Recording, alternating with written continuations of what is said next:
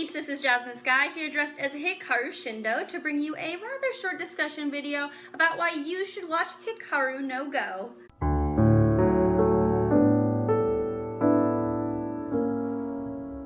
So Hikaru no Go came out as a manga in 1998, which means it's pretty old. The anime first aired in 2001 in Japan, so I watched it when I was much younger, but I really think it's a worthwhile anime, and even though the style might be a little old for modern convention, it's still so amazing and so well done, and I really want to promote it because I feel like it's just not known enough for how amazing it is.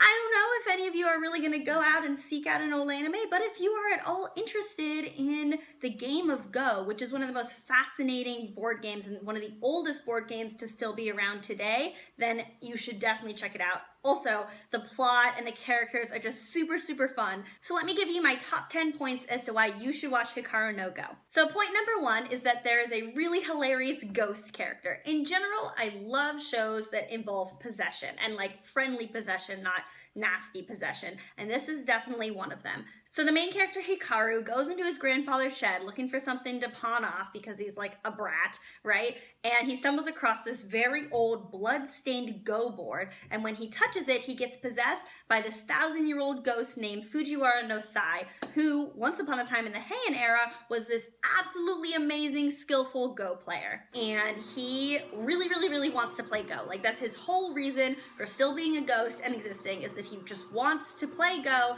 and find the mythical hand of God, which is this like amazing Go play, and no one's ever found it, and that's his reason for staying on as a ghost. So he begs Hikaru to play Go, to take him to a Go salon. So Hikaru goes and ends up meeting this kid his age named Toyo Akira, and Toya is a really good Go player already. He's a prodigy, his father is absolutely amazing, etc.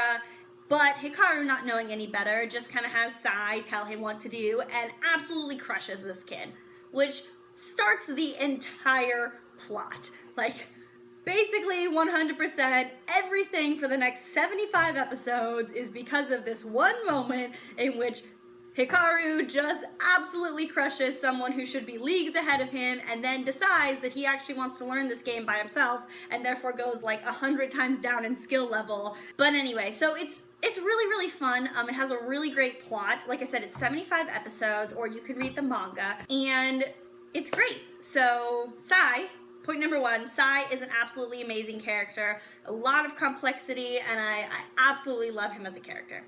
Point number 2 is that it's kind of reminiscent of Major, if any of you watch that old baseball anime, in that you start very young. You start when Hikaru is he 10 or 12? I want to say he's 12. He's young, and then you move all the way up until he's like 16. I guess that's kind of reminiscent of Naruto too. You see the kids grow up. Any of the friends that Hikaru makes, and him as a person, his maturity, and his character design, which I always really love to see how the animators change. Well, and the mangaka and the original manga changes the character design just enough that, you know, you really see the age. And you see the maturity while keeping core characteristics, and it's really fun to watch a character grow up. Point number 3 is that Hikaru is a typical shonen protagonist in that he is naturally very talented at what he's doing, but his actions have consequences, and there's no real magical element to this in the way some sports anime kind of throw in. It's very much everything is within the realm of possibility, with the exception of the fact that he's possessed by a ghost. Like, that's obviously, you know, has its own quality to it, but the actual game itself, they don't give you any magical whatever. It is Go games. They are what they are. There's nothing special about them except for that they're high stakes or whatever. And Hikaru has to learn, and he gets better, and he has jumps, and he has fallbacks, and he makes mistakes, and those actions have consequences for him in the Go community, and I really like that. I really like seeing real-life consequences where, you know, they still triumph in the end. But there's no end all, I'm suddenly the best there ever was type of feel to it. There's just a I'm part of this community now type of feel to it. And I think that's really cool too. Point number 4 is that I love Toya Akira. He is the most exciting, hilarious, adorable rival to ever have in a sports anime. He's super effeminate. I love that. He's super effeminate, but he has this kind of title of the Ice Prince, but he's also a huge hothead, and in the way of many rivals, you know, his relationship with Hikaru kind of brings out a side of him that no one else sees, and I don't know, I'm a sucker for that. I'm a sucker for the Ice Prince becoming a hothead because he's up against his rival, and I'm a sucker for the fact that, like, no one believes that Hikaru is Toya's rival because Toya's so far above him, and yet he is, and that's really interesting. They have a very interesting relationship, and for those of you that like yourself some boy love, there's definitely a lot of shippable potential between those two, so there's that.